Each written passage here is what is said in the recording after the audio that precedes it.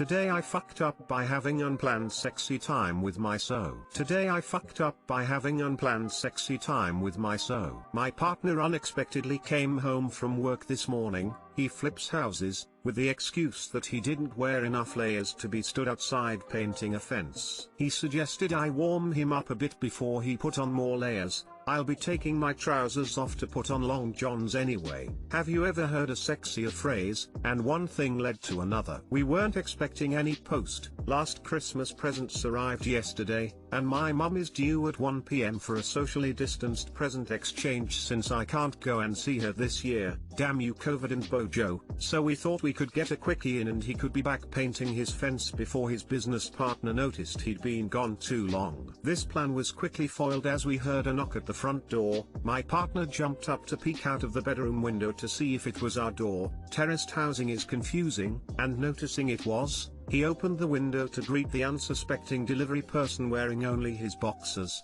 although at the angle he was standing he may have appeared to be nude. It was a delivery of a bouquet of flowers, so he put on my remarkably short, fluffy, dressing gown and ran downstairs to get the delivery. I can only imagine what the poor woman delivering these flowers thought when he answered the door in a tiny dressing gown, that he didn't close, wearing only his pants with a raging boner. Thanks Uncle Ned, for the gorgeous yet surprisingly cock-blocking bouquet of flowers. Crying face, crying face. Too long didn't read. My partner came home to put on long johns. I almost got laid, and a woman delivering flowers will go back to the shop with a story of being partially flashed.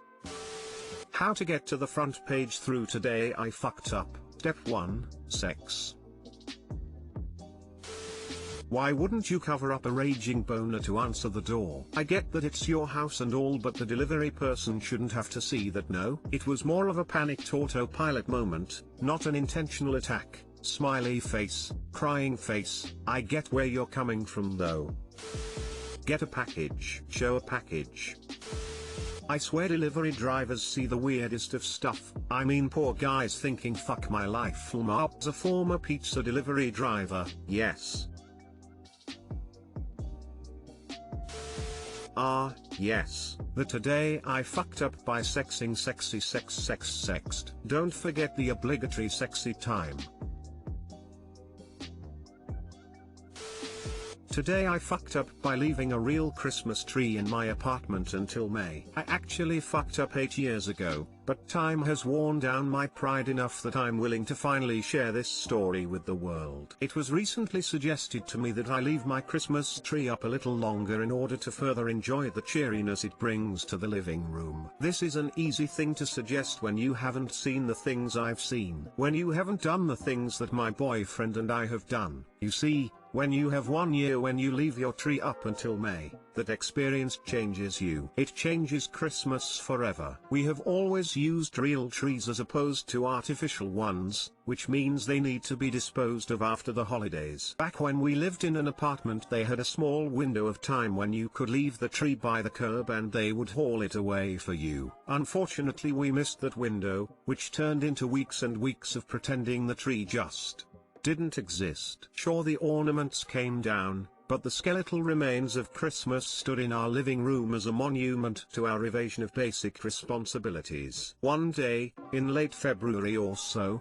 we realized we could be having friends over for dinner. We thought, oh my god, we can't let people know we still have this tree. So we did what any logical couple would do, and we hid it in the closet with a white blanket over it. You can imagine how terrifying it was in the beginning when you would get up to use the restroom in the middle of the night and see an 8-foot-tall Christmas tree ghost looming in the doorway. I don't know what the final straw was. Maybe it was the storage space we were losing by having a massive cloaked Douglas fir in our closet. Maybe it was that we missed using the blanket that had taken on a new purpose in life. Whatever it was, we knew we couldn't avoid this issue any longer. The problem of how to dispose of the tree still existed. We couldn't leave it at the curb, and we knew wherever we took it, it was going to leave a breadcrumb trail of humiliation straight to our doorstep. That's when the saw came out. Into the wee hours of the night we carefully disassembled the tree until it was compact enough to fit into a cardboard box. By 2 AM we were covered in sweat and sap, but we were able to stealthily discard the box in a nearby dumpster. On that day, we vowed to never again let the disposal of the Christmas tree become an episode of Forensic Files. And now my shameful past is out in the open for the internet to enjoy. Happy New Year, all. TL, Doctor, holiday procrastination took a turn for the worse when my apartment became Botanical Dexter scene. Also Happy New Year. Smile.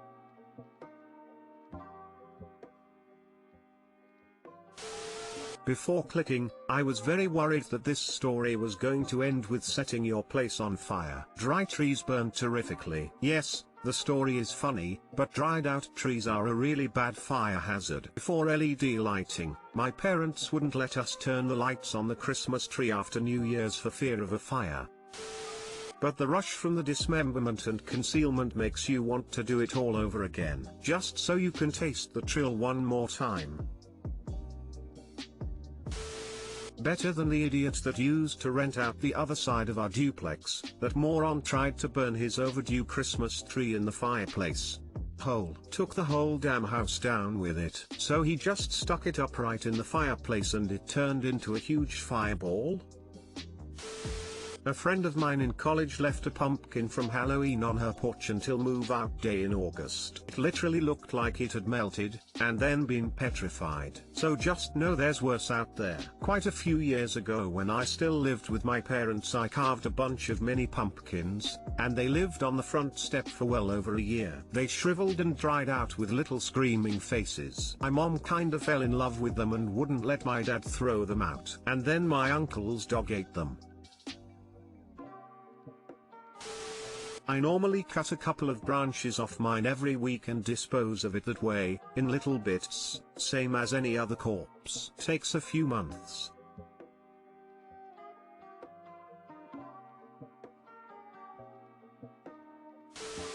Today I fucked up a kiss. So last night I went on my first Tinder date since getting my dentures. I'm not an old man yet, but I did lose my front teeth in a bike accident 3 months ago. I was very self-conscious about my dentures at first, but I've had time to get used to them. For the record, where I live the number of COVID cases aren't that high, so I didn't really feel like I was being too irresponsible by going on a date. Speaking of which, I was really feeling this girl and it seemed like she was feeling me too. We ended up in my car, vibing to Post Malone when one thing led to another and we started kissing. It was all sexy and shit until my dentures detached and my date's tongue went into my gap. At the same time my dentures slid to the back of my throat, making me gag and spit it out on my hand. My date pulled back and stared at my mouth, not with lust, but with ennui. I awkwardly put my dentures back in place and apologized. My date never noticed my front teeth were fake until that moment. If that wasn't awkward enough, I joked and said, did you know in some cultures people remove their front teeth to provide better blowjobs? She nodded at me like she didn't know whether to laugh or leave. She ended up leaving soon after that. Needless to say we didn't kiss again. TL, doctor didn't tell my date about my dentures, ended up spitting out my teeth mid-makeout, ruined the date,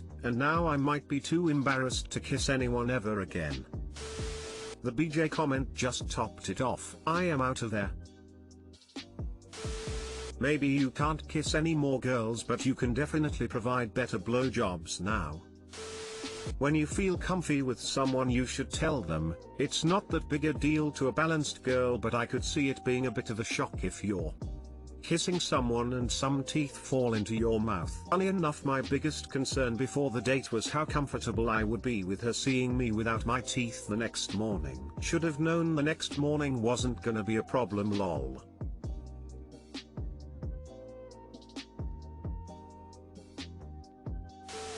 As someone who will need them soon for my front teeth as well, thanks man, I know what to expect, haha. The first time I drank with my now husband, he vomited his teeth into a plastic bag, and in my inebriated state, I fished them out with a napkin and asked him if any more of him was going to fall off. I had no idea he had top dentures until then. Embarrassed smiley face, embarrassed smiley face. Where can I find a girl who's cool with fishing through a bag of puke for a lost tooth? Stupid, hinge and purge, tummy rumble, plenty of vomit, Mrs. Harmony, hurl.